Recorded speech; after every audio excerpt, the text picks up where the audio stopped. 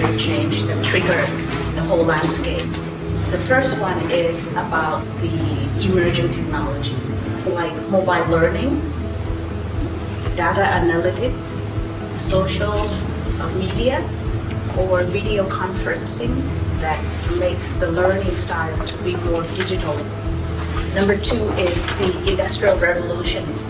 If you notice, many countries now mention about 4.0, like Thailand and Malaysia. 4.0 meaning you bring in artificial intelligence and you bring in robots. So people who have to work at the industrial age of 4.0 needs to have innovative skill and creativity. The third point that triggered the change of the landscape is about social and emotional interaction of people.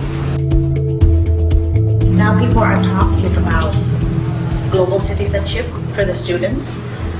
People are talking about sustainable development goal where they focus on lifelong learning and how they can provide equal access. So that's the global context. Then you come down to the regional context. We have ASEAN community. When you have ASEAN community, meaning you have mobility of human resource, and especially in terms of education, you have school principal exchange, you have teacher exchange, you have more students exchange. Then when you come to national level of landscape change, it also depends on priority and strategy of each country.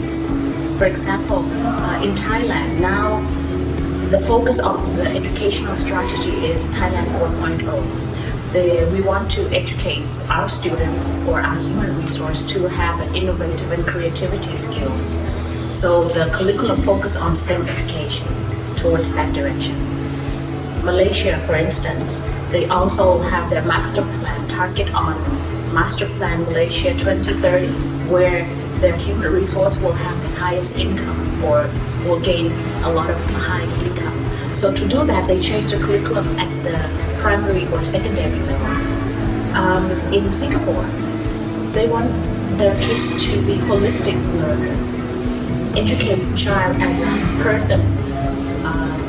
Math and science can be the core, but not the main. Or even Brunei, they focus on entrepreneurship.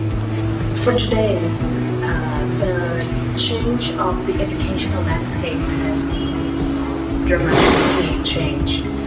Traditional way of learning is no longer there. Because of the digital learning, kids learn outside of the classroom more than learn from inside the classroom. The change in universities, in the schools, when you educate your students in the past, you want them to go to universities.